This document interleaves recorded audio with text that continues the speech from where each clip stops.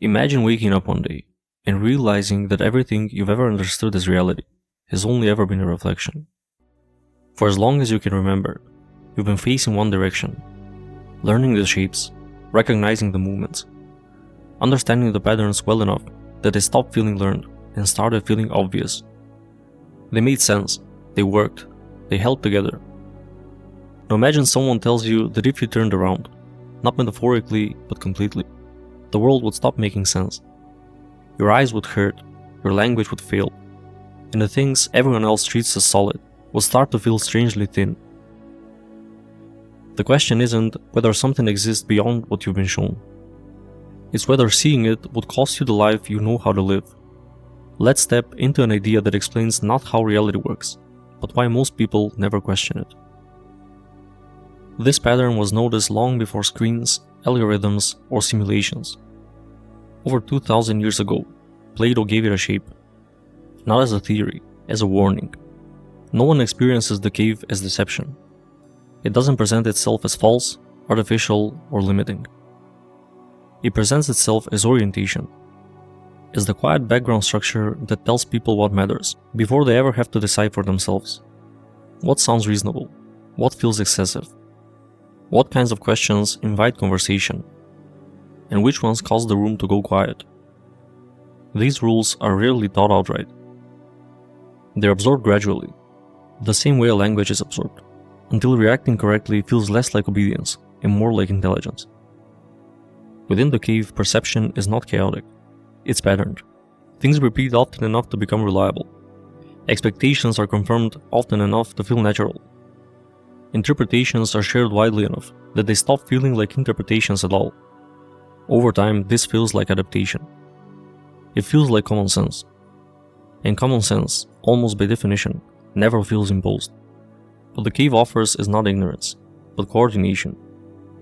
It aligns perception across people, so that agreement replaces uncertainty, and familiarity replaces doubt.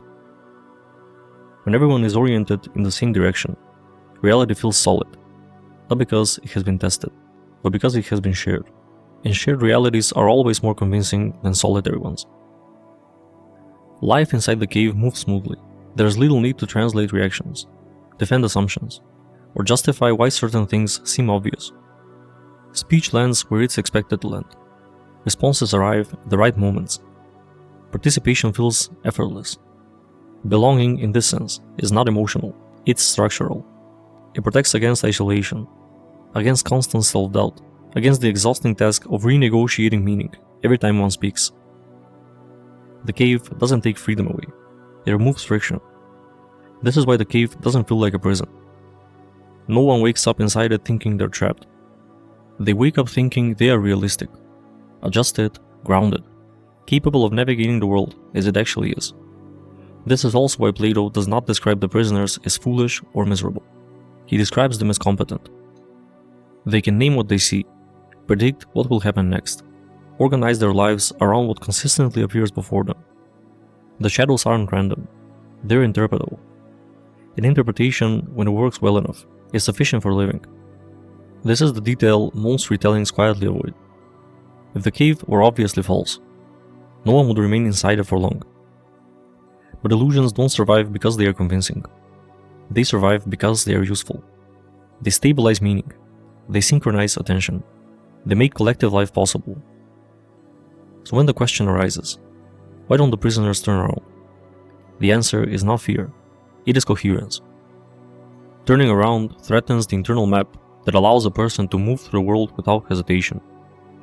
To remain fluent where others are fluent, confident where others are confident, intelligible where others understand them. The cave provides that fluency. And fluency, when it is shared, feels indistinguishable from truth. This is the tension Plato establishes before anything dramatic happens. Not between ignorance and knowledge, but between livability and clarity. Because before anyone ever escapes, the real question is already waiting. If this world functions, if it provides meaning, belonging, and direction, what exactly would justify leaving it? Plato does not describe the moment of leaving the cave as an awakening. He describes it as an injury. The first movement away from the wall is not liberating, it is disorienting. The body resists, the eyes fail. What once felt obvious suddenly becomes unreadable, and the mind, stripped of its familiar reference points, struggles to orient itself at all. This matters, because it reframes what seeing more actually involves. The one who leaves does not rise into clarity. He stumbles into confusion. What he encounters is not truth in any usable sense, but excess. Too much light, too many unfamiliar distinctions, too many perceptions arriving without names or categories to hold them together. And without those categories, perception stops feeling like insight and starts feeling like noise. Awareness comes before understanding. That gap is not empowering, it is destabilizing. Inside the cave, meaning arrived already organized. Outside it, nothing does. Judgment slows, confidence erodes. The ability to react quickly, to know what matters and what can be ignored, begins to dissolve. What once felt like intelligence now feels like hesitation. And hesitation in a world that continues moving without you reads as incompetence. This is why Plato insists on pain, not metaphorical discomfort, but genuine distress. The eyes hurt because they are no longer adapted to what they are seeing. The body resists because adaptation has been broken. The mind resists because the framework that once filtered reality has collapsed, and nothing replaces it immediately. For a time, there is only exposure. This is the moment where most explanations rush past, but Plato lingers here deliberately, because he understands something uncomfortable. Leaving the cave does not make someone better at living, at least not at first. It makes them worse, less fluent, less certain, less capable of participating smoothly in the world they came from. And this loss is not abstract, it is social, it is psychological, it is practical. While perception is being recalibrated, life does not pause. Others continue speaking fluently, they continue reacting decisively, they continue navigating the shared world with ease. The one who turned away now struggles to keep up, not because there is less knowledge, but because there is too much, arriving without structure. Excess understanding behaves like confusion. This is the second cause Plato introduces. Leaving the cave damages not only perception, but identity.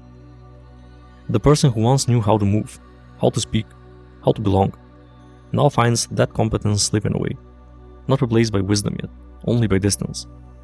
Distance from familiar meanings, distance from shared reactions, distance from the rhythm of ordinary life. The loss settles slowly, almost imperceptibly.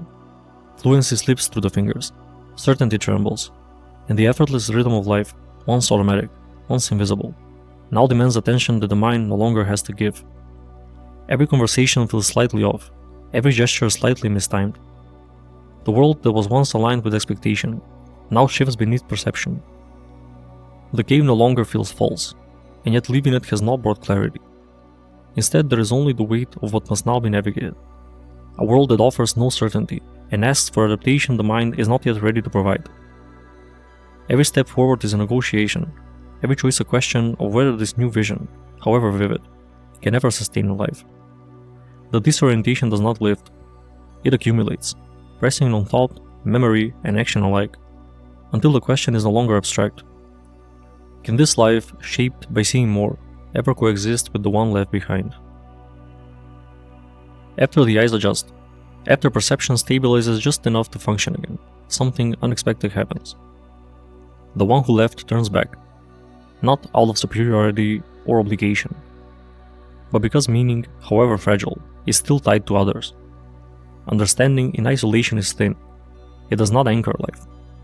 The return begins with a hope that now seems almost naive, that what has been seen can be explained, translated, made intelligible to those who never turned away. But this is where the final fracture appears, because what is brought back is not a clearer version of the old world, it is a disruption of it. Language no longer lands cleanly, examples feel abstract, confidence has been replaced by hesitation and qualification.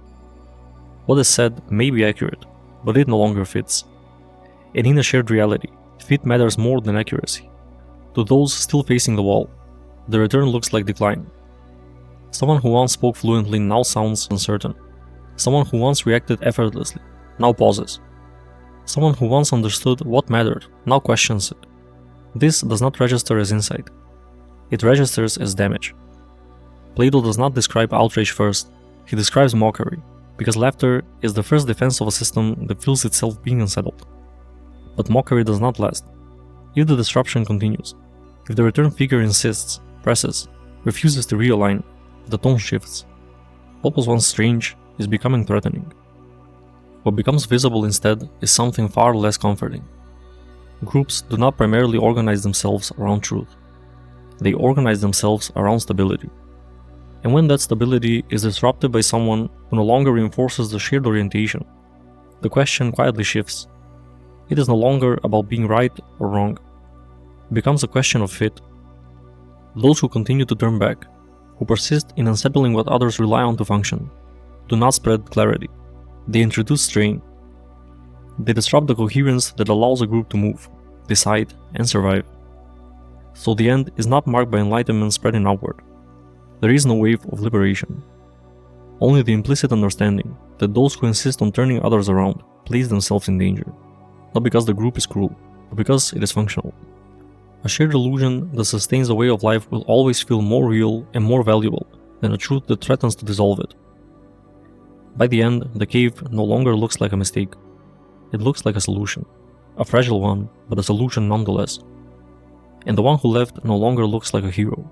They look like someone who can no longer fully live in either world. This is the question Plato leaves unresolved.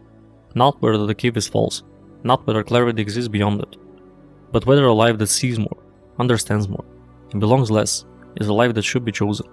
Because once the wall is no longer convincing, returning to it is impossible.